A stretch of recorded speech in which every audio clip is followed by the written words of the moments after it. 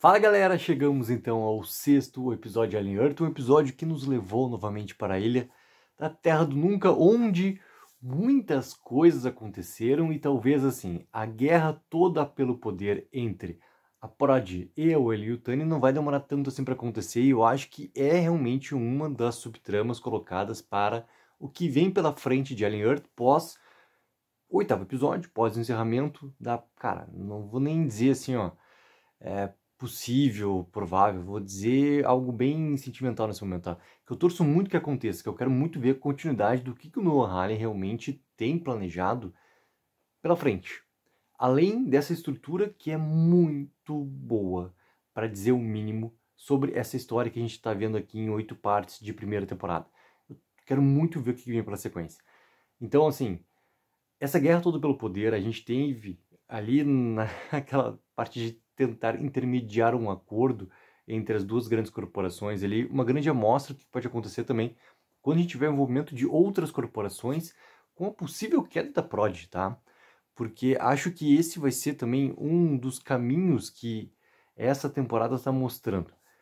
Que tudo que o Boy Cavalier está fazendo ali dentro daquela ilha vai ter uma grande ruína. E as peças, elas estão se movendo e continuaram se movendo muito bem nesse episódio aqui, pós o episódio da semana passada, com aquele grande momento de flashback, onde preencheu muitas lacunas sobre o que aconteceu na Maginot e também o envolvimento do Cavalier sobre tudo que estava acontecendo lá. As peças continuaram a se mover de uma maneira onde tá tudo se encaixando de uma forma onde a gente vai ter, sim, todas as espécimes ali saindo da contenção e ficando livres dentro daquela ilha onde vai ser uma literal guerra que vai acontecer. Também com o avanço do Morrow ali a mando da Weyland-Yutani para conseguir recuperar, né, os espécimes. Então, como tudo está ficando montado dessa maneira, acredito que a queda da Prod ela está muito desenhada também para acontecer nesses próximos 2 episódios, ou algo bem importante já delimitado para acontecer, cara. Já no começo de próxima temporada e tudo mais, assim.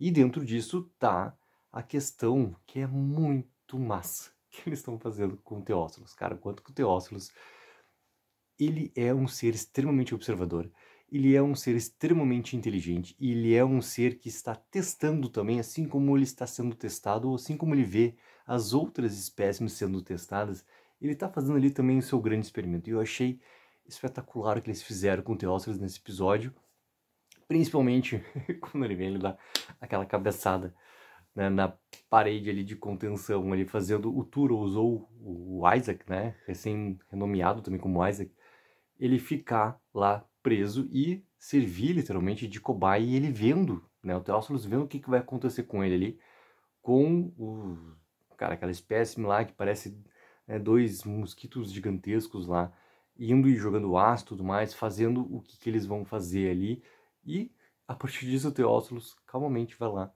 e vai comer, né, a sua refeição, digamos assim.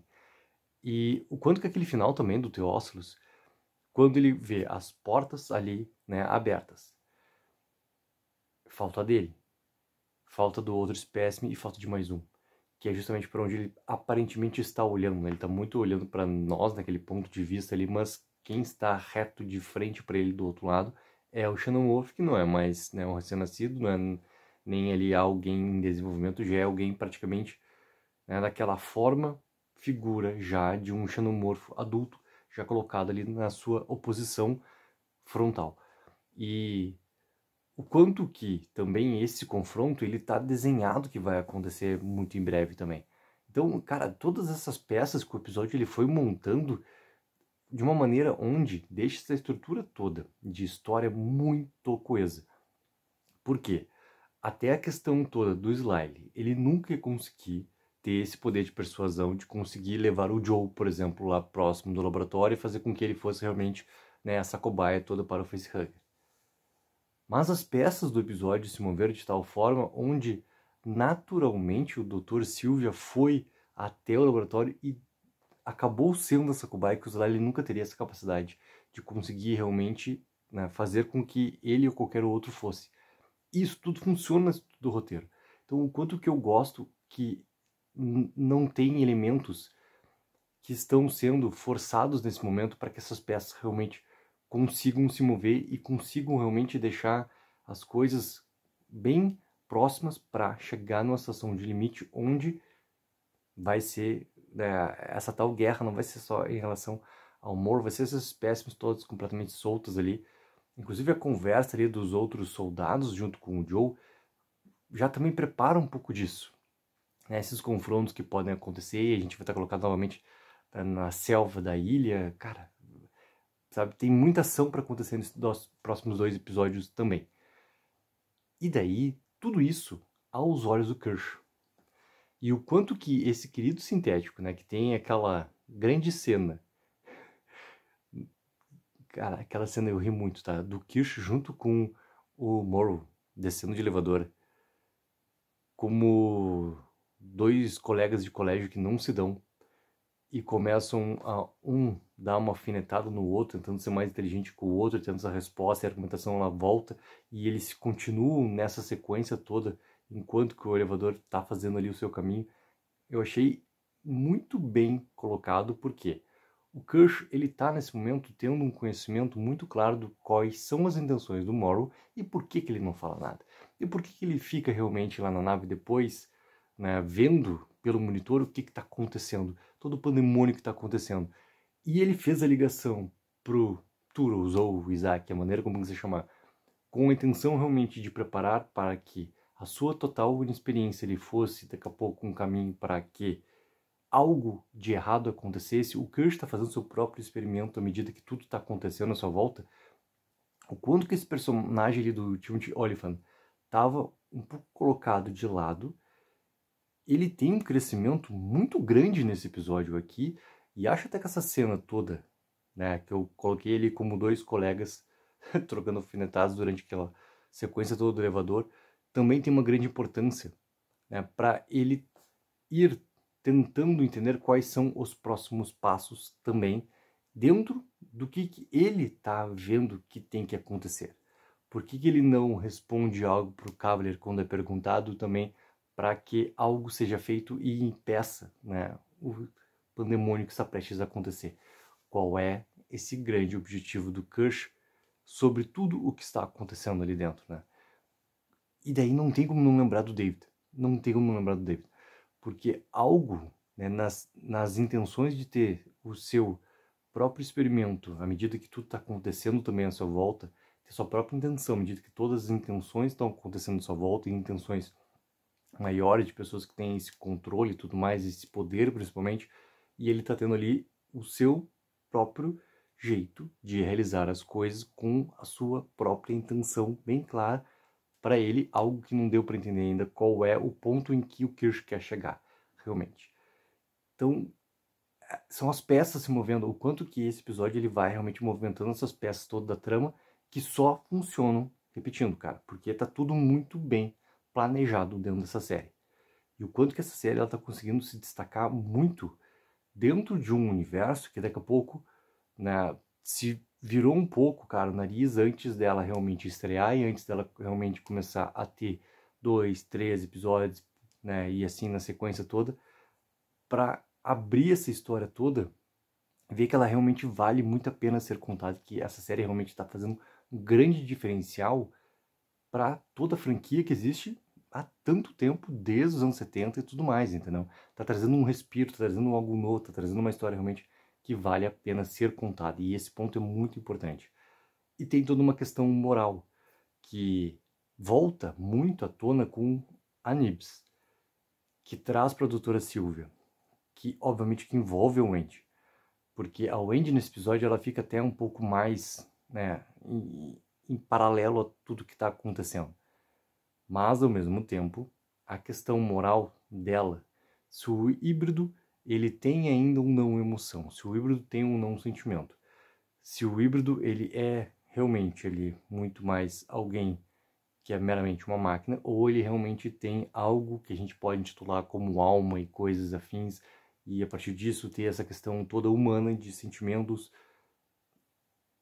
O quanto que a Wendy também está tendo a sua própria vontade colocada, não só quando ela vira e fala pro seu irmão de e se eu não quiser ir embora, mas também sobre ver o que está acontecendo em volta e entender que ela, assim como os próprios, os alienígenas que estão ali, cara, ela também está presa dentro desse grande experimento ali, contra sua própria vontade também.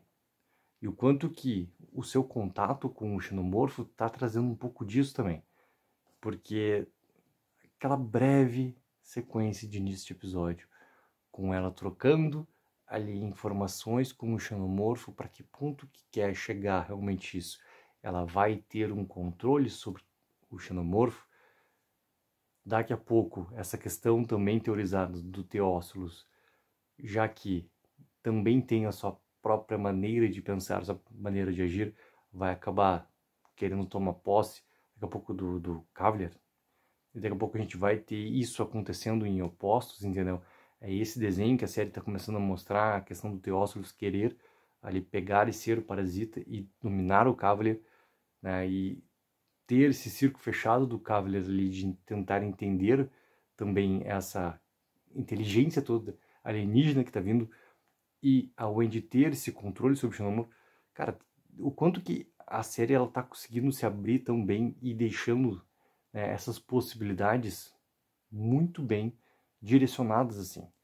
Porque o Slyly, cara, ele prendendo lá, né, nosso querido Dr. Arthur Silver, com o facehugger já colocado sobre ele, não, aquilo ali é a maneira tão clara da preparação para que tudo também desmorone além do que está colocado na contenção. Dentro da sala do laboratório da contenção, ali o pandemônio já está acontecendo.